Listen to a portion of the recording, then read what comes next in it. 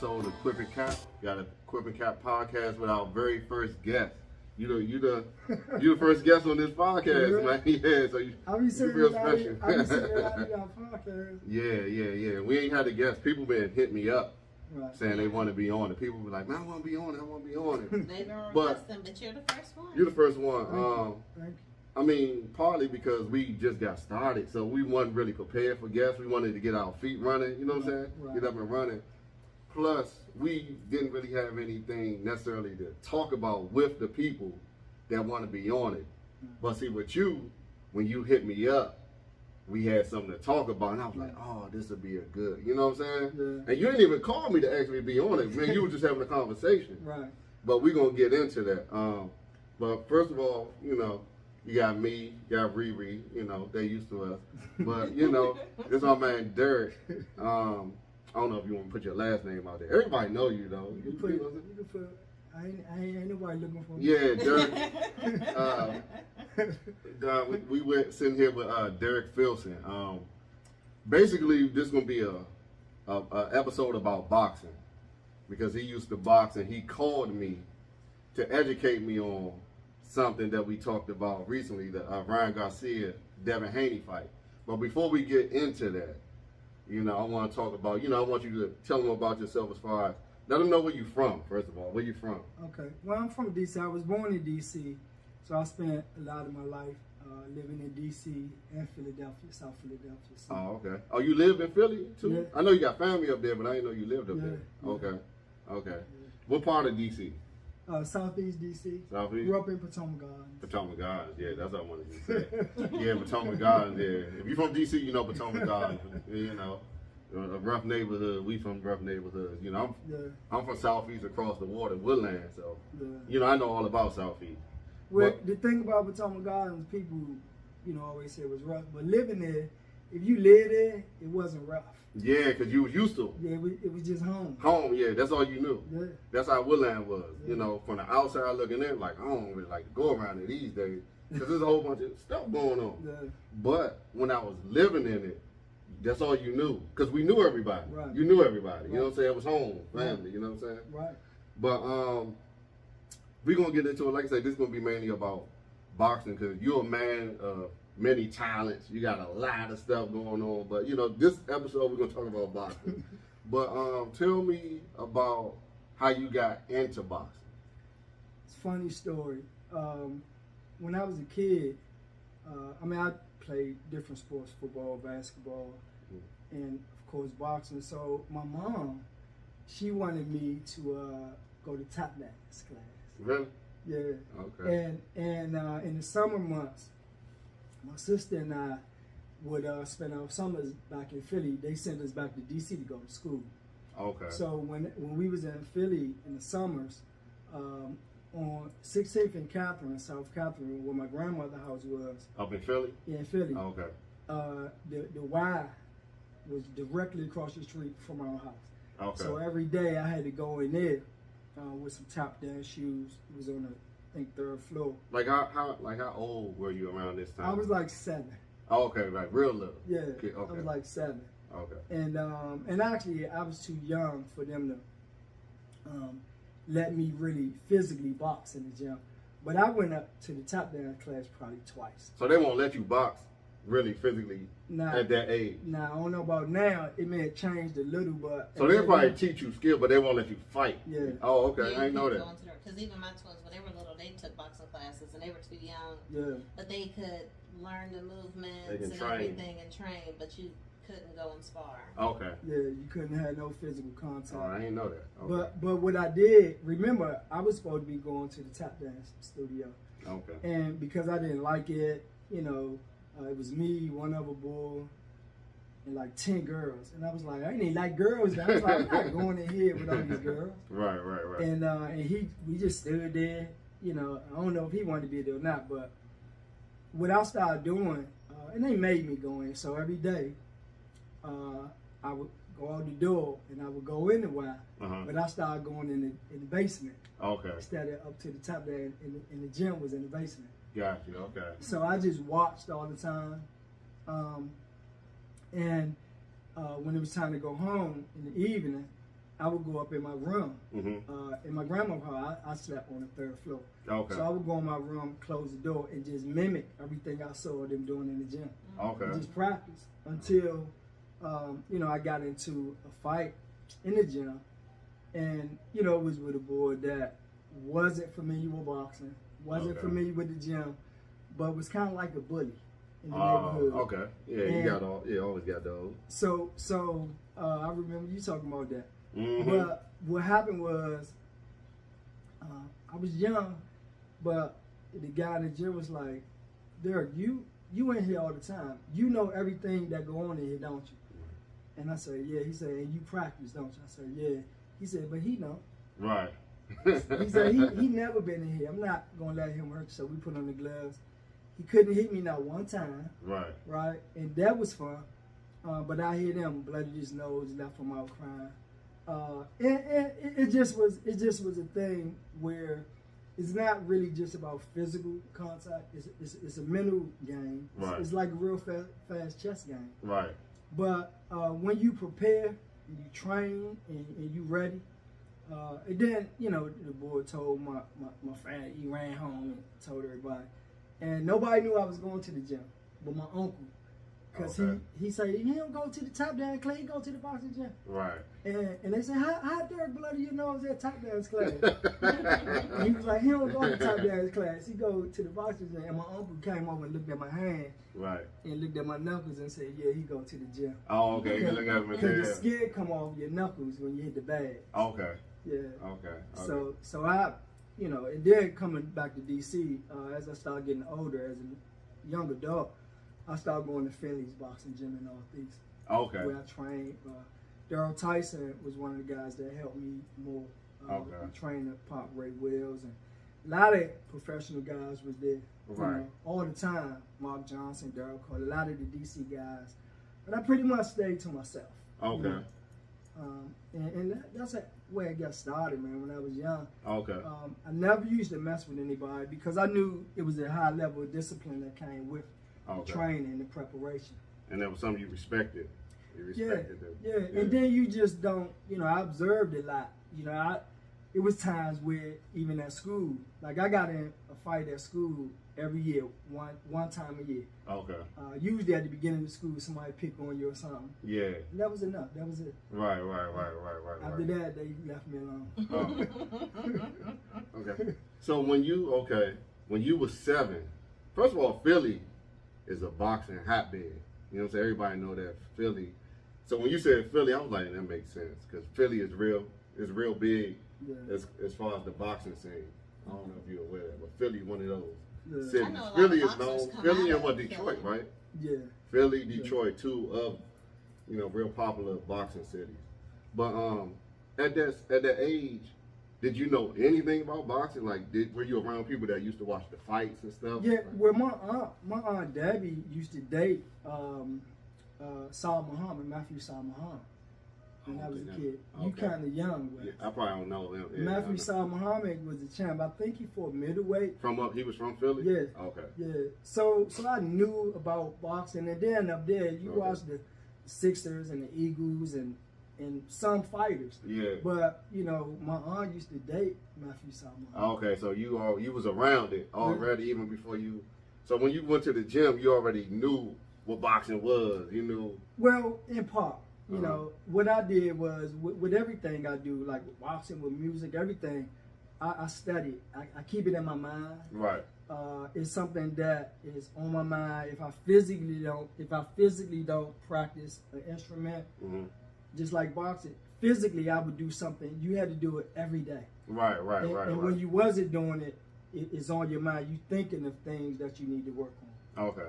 Yeah. So who are some boxers that once you got into the game and started studying it, what boxers did you kind of look up to, or who was your favorite boxers at that time? I used to growing up. Of course, I like the local guys who I was around physically, but I used to study and look at a lot of course, the popular people, Suge Ray Leonard, Muhammad Ali, but some of the older fighters, Sugar Ray Robinson. Okay.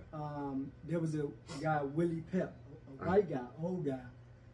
Willie Pep, for example, Willie Pep displayed like in a boxing match. In one round, you get scored by three things: effective aggressiveness, punches landed, and defense. Right. Willie Pep is the only fighter that I know of, especially back then, that won the boxing round without throwing a punch. I heard about that. He's legendary for that. I heard about that. Yeah. So he won the whole round without swinging. Yeah. That's great. Because right? he just kept the guy from landing a hit on him? Yeah, but you could be effective. You could be the effective aggressor also. Right. But he didn't get hit by a punch. He didn't throw a punch, but somehow, however they scored it, I think it was more so the effective aggressiveness in defense. Okay. Yeah, so that's how you score around, not just punches landed. So a lot of times people watch fights, and if I'm there, I just watch, and sometimes I say stuff, sometimes I don't. Right. Because people be excited, they have a few drinks, or they fighting, or they know fighting, but sometimes you could know something and you don't have to say anything. Right. Yeah. And Sugar Ray Robinson, man, you know, his career. Sugar Ray Robinson, real quick, I'm going to say this about him. We were talking about a young fighter not being able to physically fight. So when Sugar Ray Robinson wasn't quite of age to fight, he entered into a Golden Gloves tournament, but he wasn't old enough. Okay. So they wouldn't let him do it. So what he did was he used one of his friends, I believe it was his best friend, birth certificate. Okay. And used his name. His friend name was Ray Robinson. His name not even Ray Robinson. Yeah, his name. Oh, for real? That name is. Yeah, he used his friend birth certificate because he was old enough. Gotcha. And he used his name, Ray Robinson, but Sugar Ray Robinson's name is Walker Smith Jr. Oh, I didn't know that. Yeah, he used it because he wasn't old enough to fight. Right. Yeah, he got famous off of somebody else's name. That's crazy. And so he kept living too. Yeah. That's amazing. Yeah. His name is Walker Smith Jr. Okay. Yeah. All right, so when you started boxing, who would you say your style, like any boxer that we might know of, would resemble? Like, who you look at him like, I used to fight like that. I would, or he fought like me if it's somebody that came out. It's an honor, but I can't say. I try to emulate growing up like a Sugar Ray Leonard type style. Okay. And like I said, Sugar Ray Robinson, but Daryl Tyson is a local guy. He showed me some technical things that helped me see clear. Cause you just can't move around and look pretty. Right. My ring name was Suge D. That's why I still use the Suge D. Okay. Oh, okay. It come from your boxing days. Yeah. Gotcha. Okay. But Daryl Tyson showed me some things I could do that he saw that I didn't see. Okay. It wasn't really when I stopped moving so much and having fun and slowed down. I was able to see clear where I could land some effective punches. Gotcha. I think one day in Spawn, Daryl hit me with a body shot. Because I wasn't playing. He was like, throw some punches. Right. Because it was him. And I was like, oh, shit. You know? Right. You know, he was like, throw some punches. And then he hit me with a body shot. Right. That was like 22 years ago. Man, it's like I still can feel it. Oh, for real?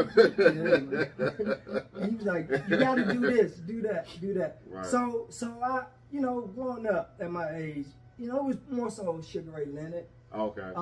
But remember, Sugar Ray Leonard was a tough guy, man. Yeah, he was tough. Yeah, he wasn't just pretty. He was tough. Yeah, you hit him, and Sugar Ray Leonard, I saw a fight one time. He swung at a guy and didn't hit him. And grazed him, and the guy stumbled like he was hurt. And I guess Ray thought he was hurt. Right. And he finished him. Right. I heard, that's one of the things Sugar Ray Leonard was known for. If he get you hurt, if he smelled blood, he was one of the best finishers. Yeah. I heard that he was real known for that. I seen his fights, but I ain't, when he was, I think when he turned professional, I wasn't born yet. Yeah. So I caught him towards like the end of his career. Like when I started watching, really watching around Mike Tyson, like in the late 80s. Yeah, you know what I'm saying? You that young? Yeah, that's when I really started watching boxing. You know what I'm saying? Yeah, you gotta go back and look at, of course, when he was in the Olympics. Look at some fights with Ray Leonard, with like Davey Boy Green, tough fights. he fought Wilford Benitez. I heard Right. about that. Good tough fights, man, competitive. But at some point, Ray just stepped up to another level in that fight. Oh, okay. In the first Tommy Hearns fight, I don't know what the scorecards show, but Ray, when he first damaged his eye and he had a big mouse under his eye, and Angelo Dundee, that famous quote, you know, you blowing it, son, you blowing it. Yeah. He stepped up the pace, man, and he finished Tommy Hearns. Oh, okay. You know what I'm saying? Right. It's just you develop a killer instinct. Right. And even in my training pop, he would say, son, when you get a guy in the corner like that, you know what I want you to do? And I say, what? He say, leave him in the corner.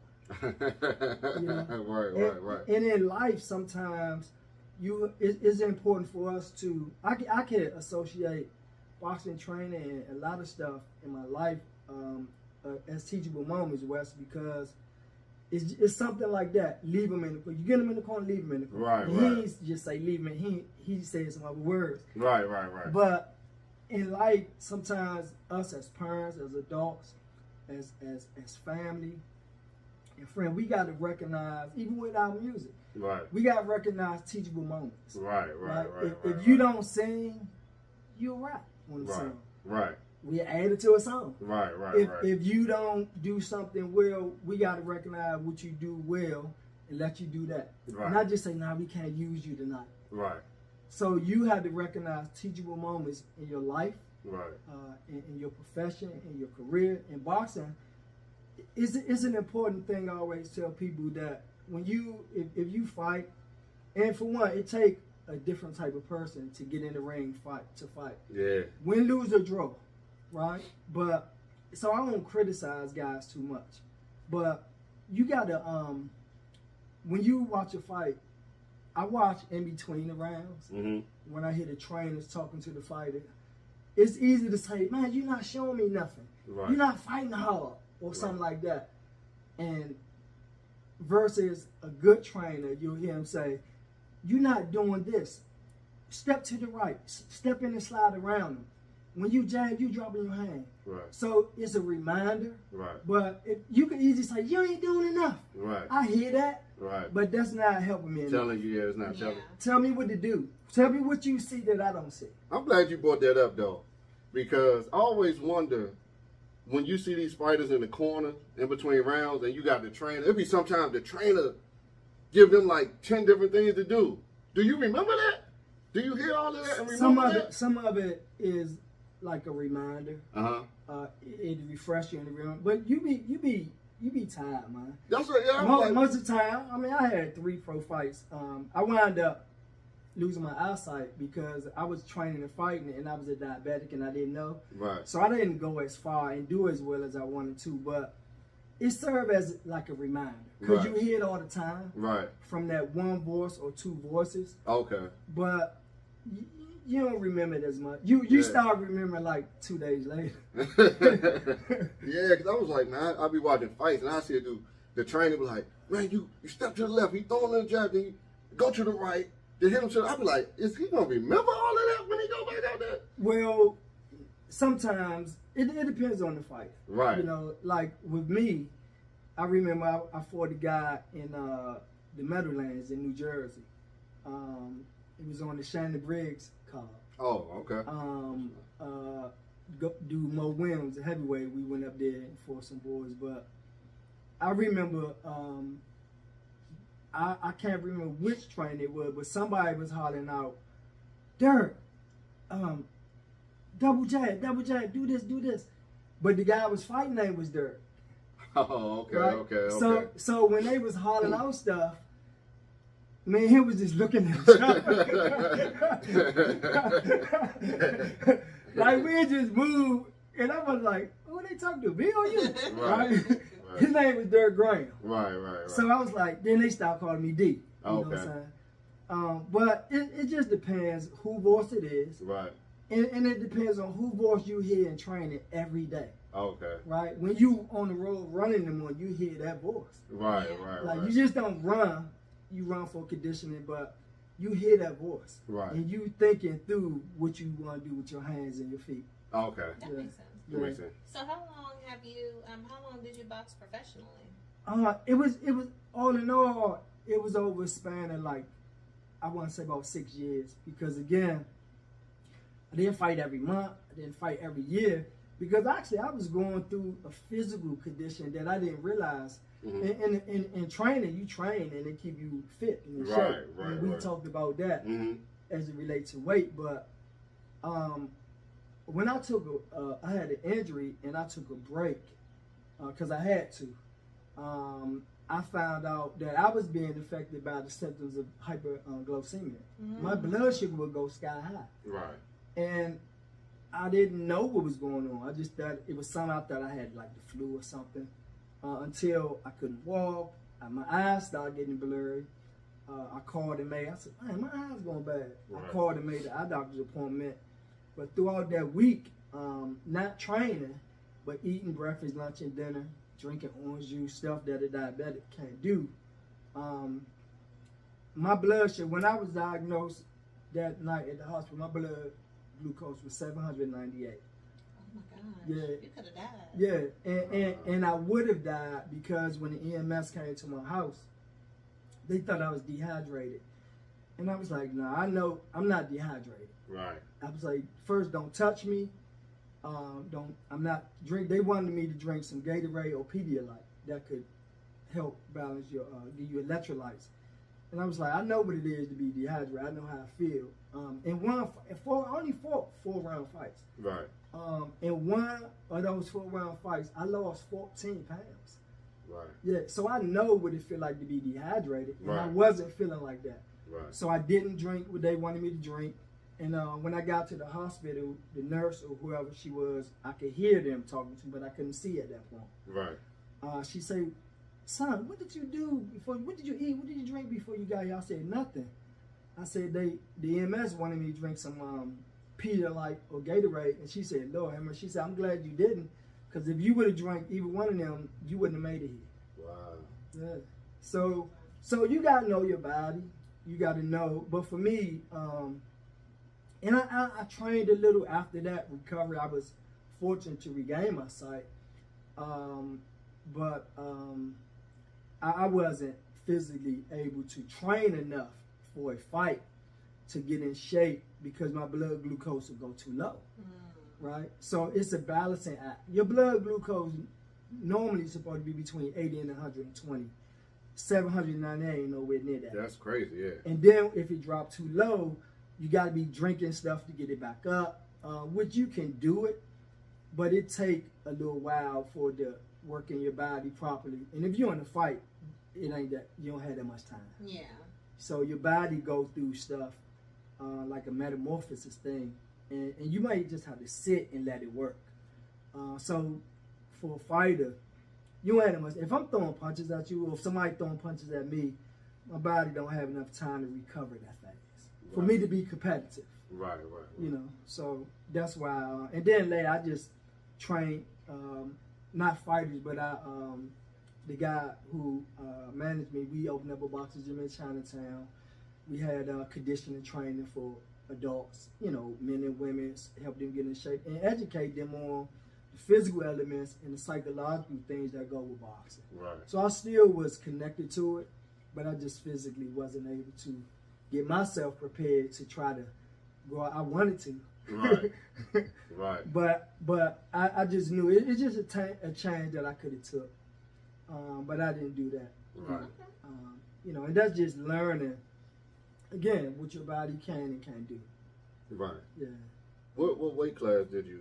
Welterweight. Welterweight. Oh, for real? Yeah. I thought you probably would have fought smaller than that or something, probably. Well, again, go back to our conversation. I fought welterweight at 147, and I always made that weight. Right. But my natural weight, if I wasn't training, if I just took a few weeks off or something, my natural walk around weight was 160 pounds. Oh, okay. So the training kept me at Well, close to 150, then I just dropped down to 47. yeah, so you was comfortable at that weight. Yeah. Okay. Yeah. All right, so now it's time to get into this fight that just took place last weekend that got us here. before we actually speak about the fight, did you follow all the activities between Ryan Garcia and Devin Haney leading up to the fight? I can't say I did. I saw some of the stuff. When I saw the fussing and the talking about, I think one of them talking about somebody's mom and his wife, and when I hear that, when I see that, and I realize some of that is just to promote the fight and hype it up, and, or it's not a good idea for you to make me angry at you, right? And I have to fight you, or it ain't good for me to do that to you, and I know the next night I'm gonna be right there with you, Right. So that could give people a few that wasn't there at first. But I just think it's so disrespectful. I don't get into it. I don't watch it. When I see it, because it'll come across your phone. Yeah. And I'm like, I'm not looking for this. Yeah. So I don't watch it. Right. Okay. But I just think at some point it get to be too disrespectful, especially when you start putting people's family, I'm going to do this to your wife and all that. Yeah. You ain't a fan of all that. No. Yeah.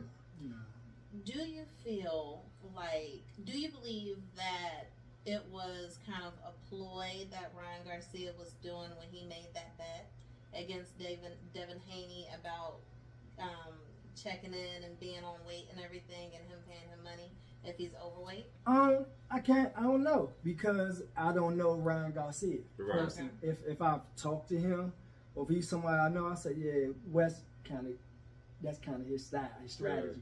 I don't know. I think that that seemed like, because he been acting like that ever since. He has. I think that's kind of the way he act.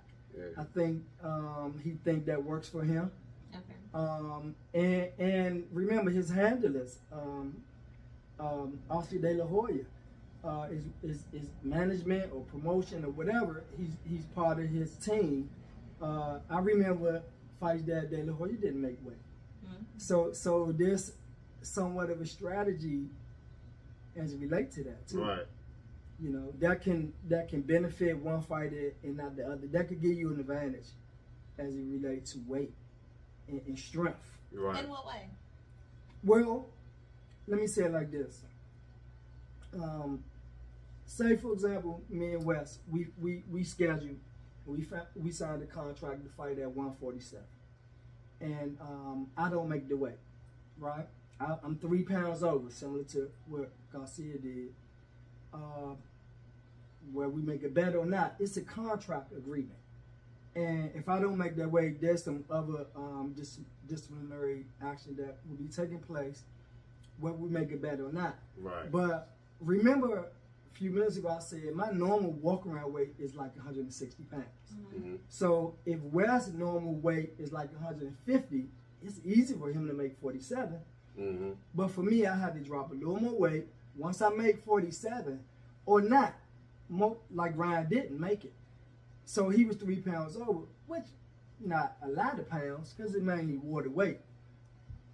So after the weigh-in, I get to eat like dinner that night, breakfast in the morning, lunch, maybe a pre-fight meal, maybe some snacks in between that, I don't know.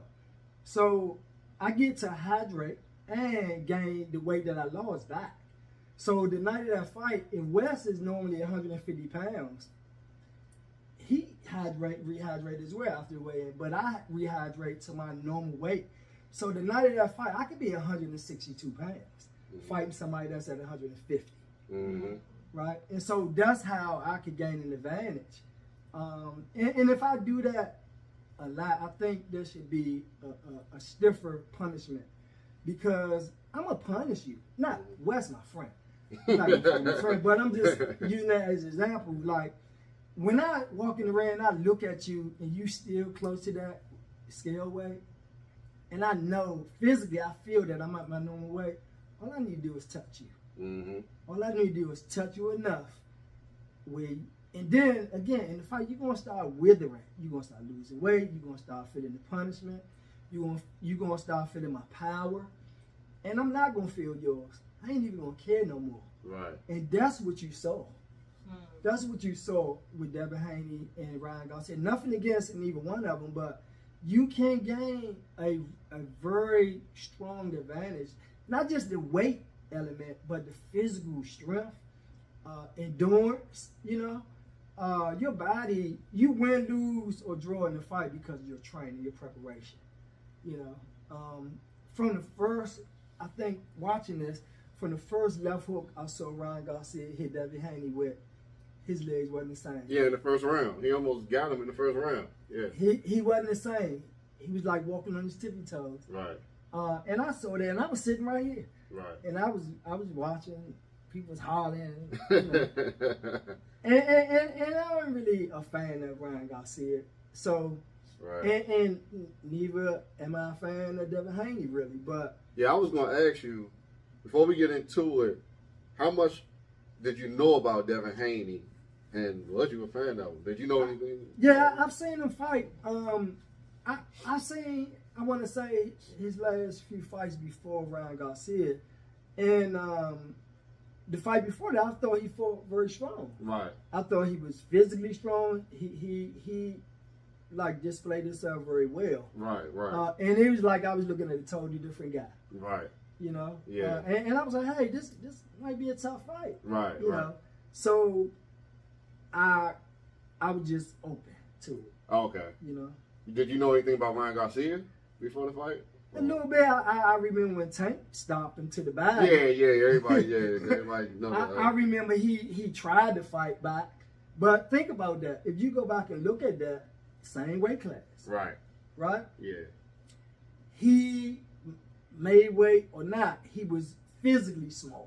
He was, yeah. Right? But look at the tape of him fighting the last fight. He looked like a middleweight almost. He was big. Yeah. So that could play a part. But Tank would have beat, I think, Tank would have beat him anyway. Yeah. But Tank punished him. He landed some shots, but it wasn't as effective. Mm-hmm. First, it was against a different fighter, but a fighter that reacted to that with punishment inflicted on Ryan Garcia, and he couldn't take it. Right. And physically, he couldn't take it. He got stopped to the body. A lot of fighters get stopped to the body. Right. But that night, he couldn't take it. No. But his last fight, he did. I was going into, I like Haney. I was hearing his name before, he kind of started becoming sort of a household name. Mm. And when I first saw him fight, I was hearing his name before I saw him fight.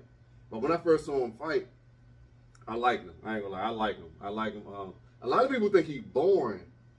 I don't think he's that boring of a fighter because he don't have power, Right. but he will fight. He don't do a lot of holding. Right. So I think a lot of people call him boring. A lot of people, what they call casual boxing fans, they just watch what they see Right. and don't really know what they watching. So if you don't knock somebody out, they call you boring. Yeah. But then you got people like you that know the inside out. I've been watching boxing since I was little kid. I know you don't have to knock people out to be entertaining, Yeah. So I thought he was entertaining. And I'm one of the people that I don't necessarily you don't have to necessarily win for me to be a fan. Right. I'm not one of them dudes that think, if you take an L, these days they hold on to that O. They try to hold on to that O so they'll fight people that they shouldn't be fighting. Right. I don't care about that. I like people that's eye-pleasing to me. And I'll root for you. Even if I don't think you're going to win, still going to root for you. So, Haney, I started liking Haney. I wasn't a big fan of Garcia. Seen him fight a couple times. Mm-hmm. No, actually, my first time watching him fight was the Tank fight. Mm-hmm. I had never seen him fight. So it kind of threw me off that he landed that fight. Because I'm like, who is this guy? But then I realized he was super popular. Yeah. He's super popular on social media. Probably got more followers than Tank, Mm. But when I saw him fight Tank, I wasn't a fan. I don't like his style. But everybody say he had power, but we ain't see it in that fight. So I was rooting for Haney in this fight, and I actually thought Haney was going to win, no matter with Garcia coming in overweight. I didn't think it was going to matter because I thought Haney was just going to outbox him. You know what I'm saying? Yeah. Did you have any expectation before that fight, or was you just watching? Not really. I think when I started hearing about the weight thing and a little of all that bickering, whatever they was doing, and again, I know that's just hype, but I just wanted to see the fight. Okay. Because I know, like, the fights are only equally matched by your weight. Okay. Right? And you can have more money than me. You could be the champion. You could have beat this guy that I didn't beat, or vice versa. But when we in there that night, you got to prove to me. Right. All that stuff I won't say it don't matter at all, because it have an element of experience that you gain. But on that night, I can give a damn about what you did last year. Right. Or last month. Like, you got to do it tonight. Right. So that's what actually matters. But people want to see what they want to see, so let them. Right. And I had to learn that. If you thinking you're going to see a knockout tonight, sit here and wait. Right. You know, if you want to see a fighter that is a tactician and uses skill, uses defense, he do whatever he need to do against that fighter that night to win, then you might see that. Right. And you might not be pleased. Right. But that fighter have a responsibility, not just to win, but to protect yourself. Right. You know, and of course, you know, you want fans, you want people, I guess, to like you. Who don't? Right. You want people to cheer for you, but you don't hear that stuff. You hear it. The only thing I remember in the fight was, the only thing I really heard, I heard the roar, but the only thing I heard was people that's real close. Right. And I could give a damn what they were saying. Gotcha. You know what I'm saying? Yeah. But when you on your way home, and like I say, after 2 days, after your stiffness go away, after a few days, you start remembering what you did or didn't do. That's where the work come in. Right. All that other stuff is hype. And it's just part of sports, man. Right. Every fighter, any sport, participate with some type of injury, small or not, that you don't know about. Right. Something is going on that you might not know about. Right. So that fighter know what he physically can or can't do. Right. You know what I'm saying? Right. So you might say, dang, it's like this. Say Suge Leonard lost to Durant in the first fight. Right, yeah. In New Orleans, then he beat him. He couldn't even hit Ray because Ray fought the proper fight. Right. Suge Leonard later won the decision. It was controversial to some people against Hagler. Hagler knocked out Hearns, but none of them knocked out Durant except for Hearns. Right. So the styles make the fight. All of them beat each other back and forth, but none of them knocked out Durant except Hearns. Right. But all of them beat Hearns. Right. You see what I'm saying? Yeah. So somebody might say, well, such and such could have knocked out. Well, Hagler stopped Hearns, but none of them stopped Durant except for Hearns. Right. So you can't say, oh, because you beat such a, you should have beat him because he beat the. Just be quiet. Yeah, everybody got styles. Yes, different styles. You can't fight everybody the same way. Yeah, styles make the fight. Yeah. And Ray, nothing against them, but Ray for Durant, the first fight in Montreal, Ray was tough. Right. But I can't remember why he said he fought him toe to toe or aggressive like that. But during that time, Durant was wilding before that fight. Yeah, and he wows in the fight. Yeah, so I think I saw a documentary. Ray said he came in there like that because Durant said something about his wife or something crazy, and he said he came in there to whoop him, but it was a bad. Similar to Garcia and Haney. Yeah. Right. So it's been going on forever.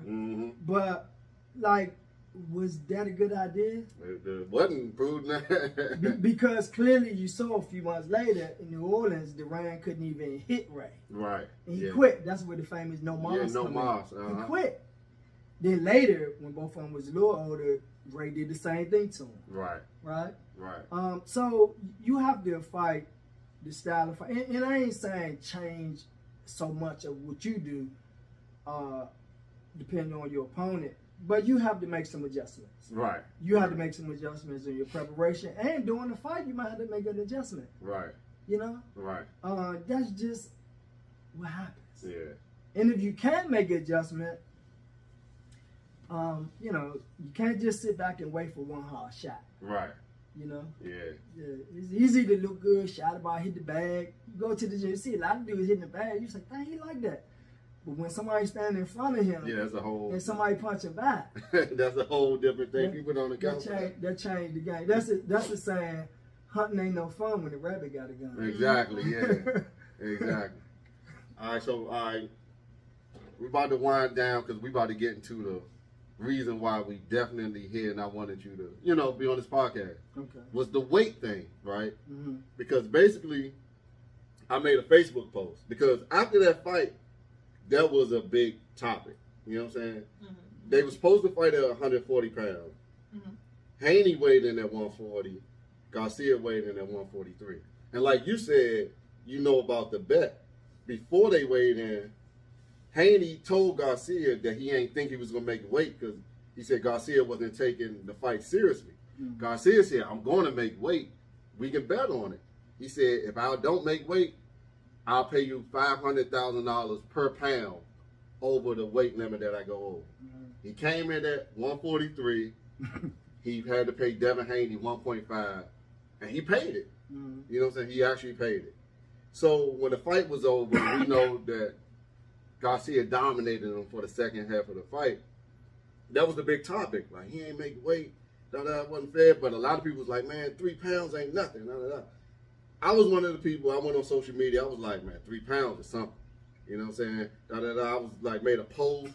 I was like, because he ain't have to train as hard as Haney did X, Y, Z. So then you saw it and then you commented. Actually, you called me before I read your comment. Because you called me. I ain't read it because I be in and out of Facebook. I missed it.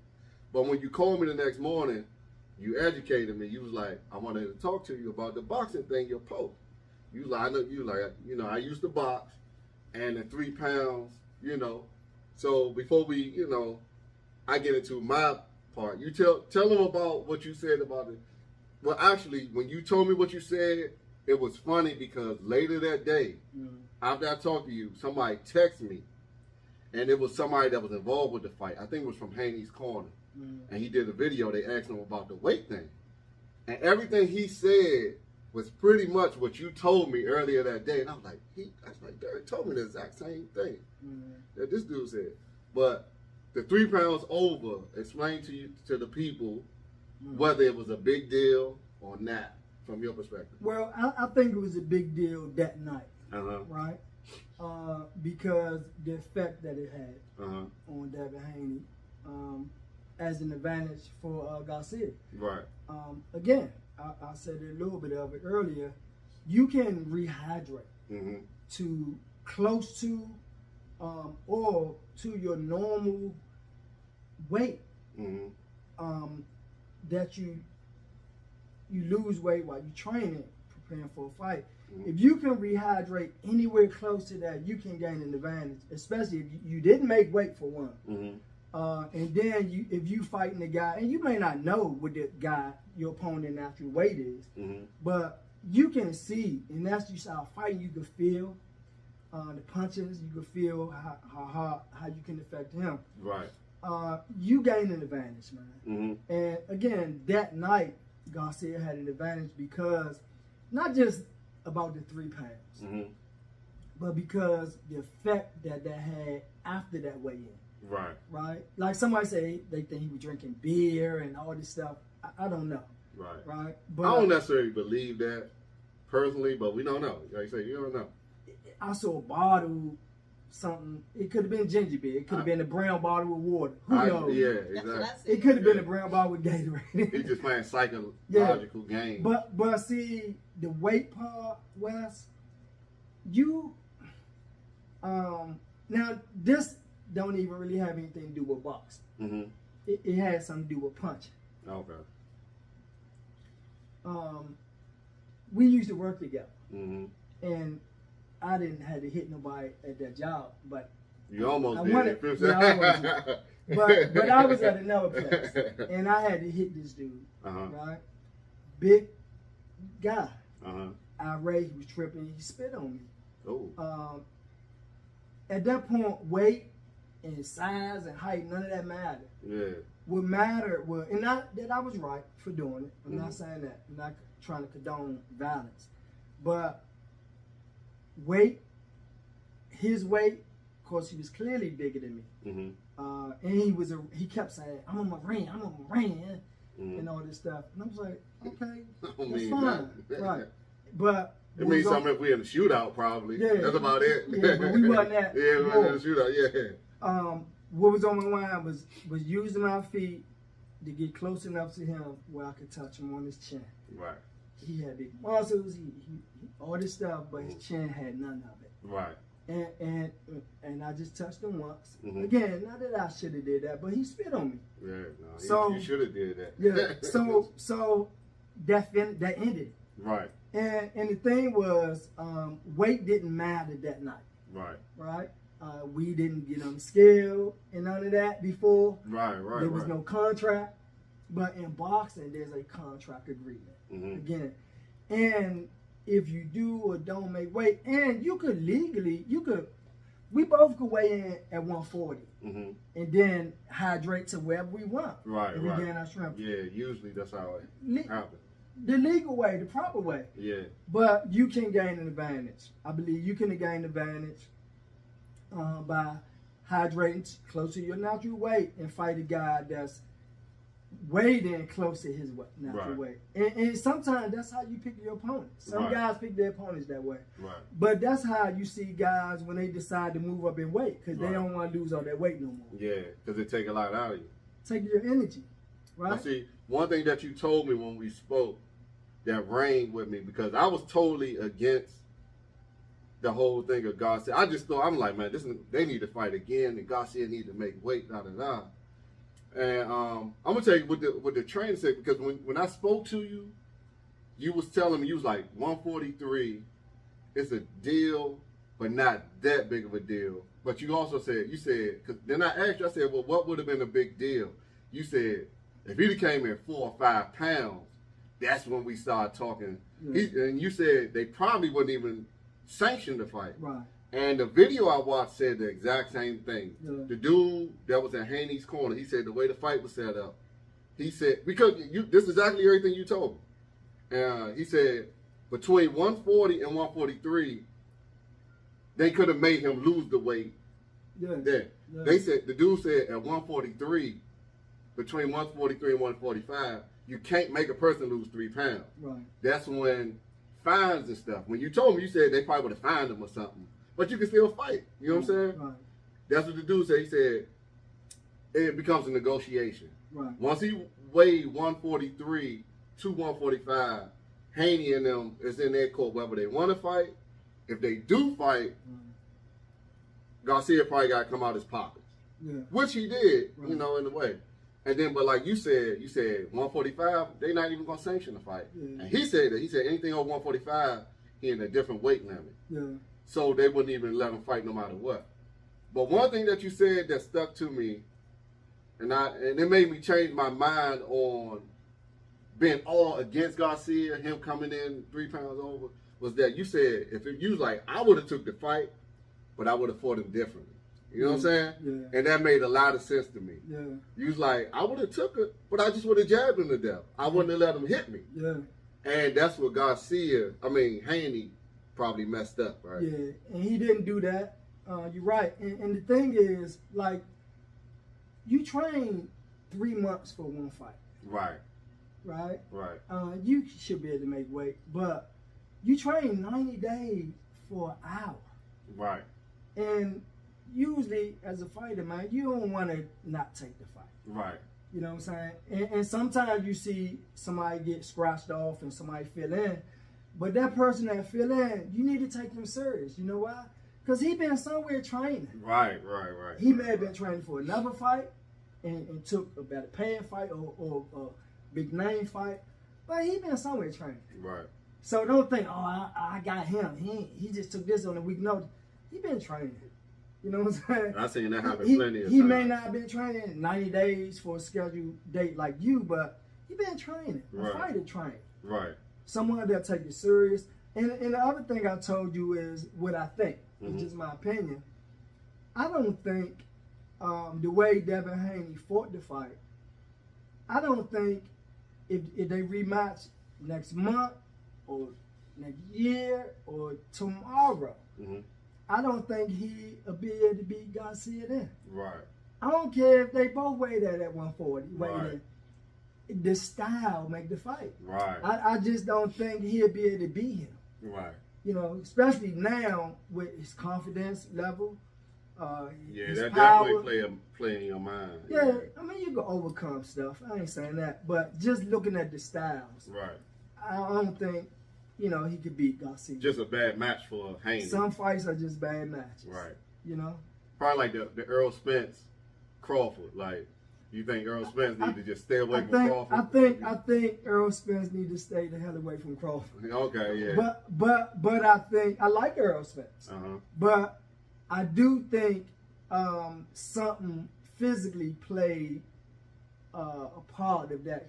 I think so, because we was at that fight, and when they showed how he was looking in that back before he came out, he was looking in a whole nother world. In his own, you could be focused, but he ain't look focused. Physically he just looked like his strength wasn't it. Yeah, his face was skinny. Yeah, he looked sick. As he started getting hit with punches, let me rephrase that. As Earl started getting hit with counter punches, he was going down. Right. It wasn't a lot of punches that was set up and set him up for it, or he walked into a lot of counter punches that sent him down. Right. And nothing against the fight, because I told you it takes somebody to step in there with a heart. You right. But he physically you ain't walk away saying he ain't have heart. Yeah. You just felt like he wasn't the better fight. Yeah, everybody gave him that respect. Haney just like Haney. Haney got respect. Haney kept coming. Yeah, but physically he couldn't take the shots. Yeah. And that's the bottom line. And it wasn't punches that was something that was probably added in just for him. It was punches that Garcia would usually throw. It was things that with Earl Spence and Crawford. It was punches that Crawford usually throw. Right. He usually switch up the southpaw early in the round. He usually do this and that. It wasn't nothing special he was doing. Right. He was fighting him off of him. Right. And the result, he was hurting him. Right. You know? Right. So, again, man, hunting ain't no fun when the rabbit got it going. Right. You know? Yeah. But it's boxing, man. It's boxing. That's what make it different than any sport, man. Yeah. I love it. One of my favorite sports. Ain't nothing like a big boxing event, period. You know what I'm saying?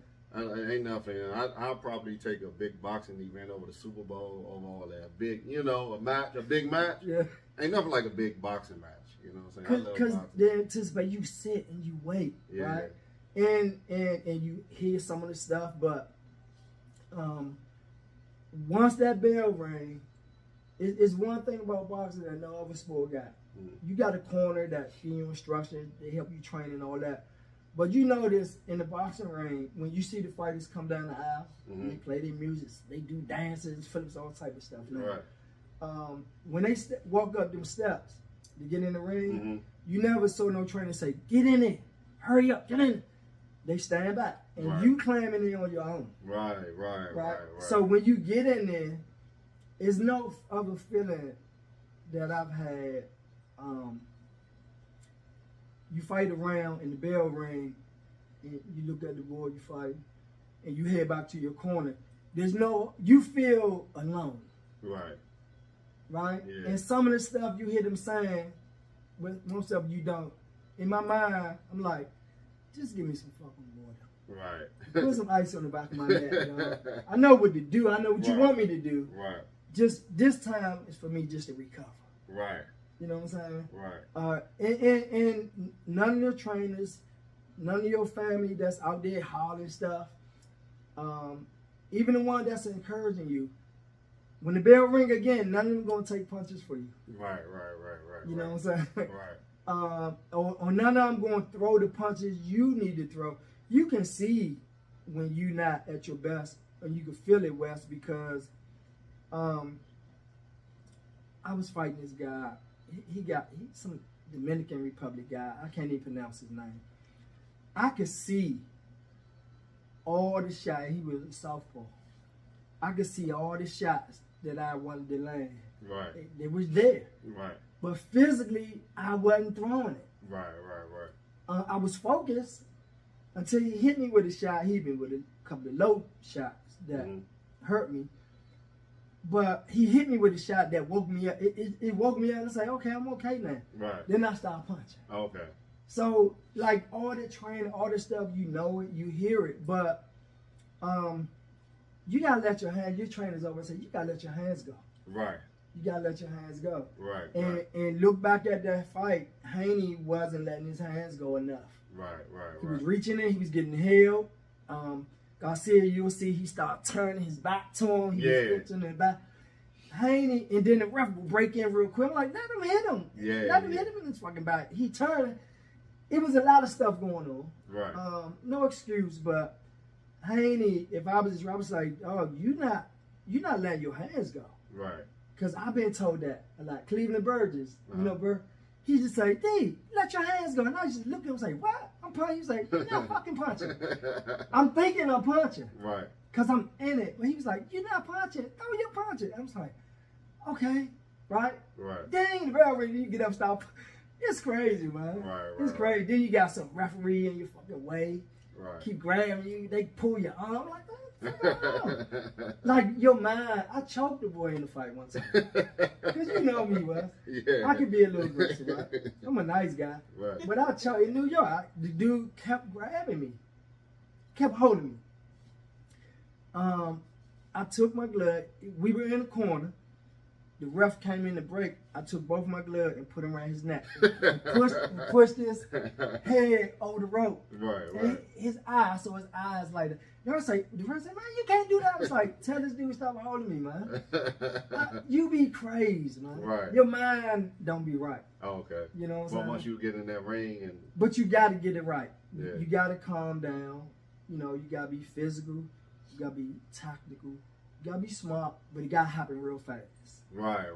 You know what I'm saying? It happens so fast. Because the object is to hit and not be hit. Right. Right? Yeah. That's why you see the fighters going to serve. If you rewind a fight to a round, you'll see this in the Right. fight. Because I'm constantly trying to take my target away from you. Okay. And you trying to do the same. So we basically going in a circle all night. Right. Right? Yeah. You know, you might see me step this and that. But I'm gonna get you take half of your body where I gotta get to the side I need to get to. Right. That's what the fight is. It's a chess match. Yeah. But it's the best thing, man. It's great, man. But I wish I could have did more so y'all could see it, but that was part of my life that I would never want to take back, but I can't relive it. right. So, but you still gain experience. Yeah. You can teach it, you can talk about it, you can share it. And it was fun. Right. And it's the only job you get paid for even before you perform your job. Oh, they pay you before Yeah. you step in that When ring. you get there, you get your money, man. Oh, that's what's up. I ain't know that. I ain't necessarily know that. Okay. But I guess we can wind down from there, you know, because I mainly wanted to talk about, you know, we got to the Haney. I wanted them, you know, the people to know a little bit about you and your background. And if I it's appreciate cool, it. you know, you could be my resident boxing expert. Because I know some of the fights you don't really watch like that. You know what I'm saying? And some of them Yeah. you do. But if you watch the one, you know, the big ones or whatever, the ones that you watch, I can come holler at you and we can do this and you tell me do it what again. you think. Yeah, and I come and we talk can do to it. you. We can do it again, like a rematch. Yeah, you know what I'm saying? We can do it again. We need to do it again. Yeah, That's yeah, what they so- said. We need to do it again. Yeah. Sometimes, no, you don't. But no, Cause- we go. It's you, man. You always, you my Yeah. man, though. For sure. So, you know, we definitely gonna watch the Tank fight. We already talked about that. Canelo fight next week. I don't know if you're gonna watch that. Yeah, I'm gonna watch. Yeah, so if you watch that, boom, we'll set something up. Then you Okay. just tell me what you saw. Okay. I talk about what I saw, what we saw, because she be watching. She's getting into it. She getting that. She getting into it. So that's why, you know, she was like, I don't really care to be in it because what I'm gonna talk about, but she can learn. I was like, you can learn. And the beautiful thing about boxing is that it's like a soap opera. Yeah. You see this fighter, he whooping his people, and they just slowly Well, you know working I their enjoy. way to each other. You know what I'm saying? He's trying to make it sound like I don't be watching it all. No, I I know watch you boxing watch it. and I enjoy boxing. I just didn't watch this match. I know. Yeah, you ain't watched this one. Well, one thing we didn't say, Wes, before we close, Mhm. we can't. One thing is, Like, you don't know these guys' lifestyle. Right. Like, when you hungry, Mm-hmm. like, you gonna do whatever it takes. Mm-hmm. Because you want to get ahead. You want to be stable for your family, for yourself, all this stuff. But when you have some success, Mm-hmm. I think in any sport or any profession, you kind of settle down and say, I'm good. Right. That's how you can make it better. Say, if I don't make the way, I pay you $500,000. Pay me $500,000 for watching that bull crap. You know what I'm saying? Right. But when we may never know their lifestyle. But I know when you're hungry, Mm-hmm. you're gonna do what it takes, right? You're gonna fight hard. You're gonna adjust, and as a fighter, you learn something. If you have it or you don't, that's called recuperative power. Mm-hmm. You can recuperate in a fight. You can Right. recuperate and train. You push yourself. And sometimes in all sports, not just fighting, sometimes you physically can't do that anymore. Right. You know what I'm saying? Right. You just physically, and you have to be honest with yourself though, Right. to realize, dog, right now, I think I'm, and some fighters you said earlier, take so many easy fights, Mm-hmm. and when they get a big fight, a tough fight, they're not used to that competitive level. Right. Mm-hmm. Right. So you can get lost, Right. right? Some people saying, Haney ain't really fought nobody. Well, he beat everybody he fought. Yeah. So what is that to say to all them other guys? They probably say, he fought me. You know what I'm That's a saying? good point. Yeah. Yeah, that's a good point. And I beat such and such, and you can't discredit them. Yeah, right. But right, you right, don't know these guys' lifestyle, man. Right. And out of respect for the fighters, I wish that the fighters nowadays learn not just the history of the past champions and stuff like that, but those guys took it serious, man. Right. I mentioned Daryl Tyson, Yeah. right? Mm-hmm. When I go to work sometimes, this was 20-something years ago, and Daryl was fighting way longer than me and way successful than I was, ever. Right. I still see Daryl running on Pennsylvania Avenue. Oh, okay. Yeah. Right. Daryl, I don't know how I'm 55. Daryl in his 60s. Right. And a group of people he running with and walking or running, whatever he doing. Right. This dude is dedicated to fighting Right. and boxing. Right. Like it was his life. So I remember when he fought Livingston Graham. Like, he fought people like that, man. He fought De La Hoya. He fought De La Hoya? He fought De La Okay. Hoya. Yeah. Okay. So it's people like that I think about and say, man, wonder what Daryl thought about that. Daryl probably say, man, that was wrong. You know what I'm saying? Right. Question for you: what do you think this loss is going? What type of impact do you think Haney losing this fight is going to do to his career? I don't know. I mean, it don't have to do anything, right? That depends on Haney. Right. It depends on his mindset, how he feel mentally and physically. Because he know how he felt that night. I don't. Right. What I saw, he looked weak. Right. And as he got hit, he got weaker. But it don't have to affect him. Man, some people say, like I'm going to say, it was one fight. Yeah, some people bounce back from a L like it never happened. Yeah. What do you think, Wes? What do you think? How do you think this loss is going to affect his career?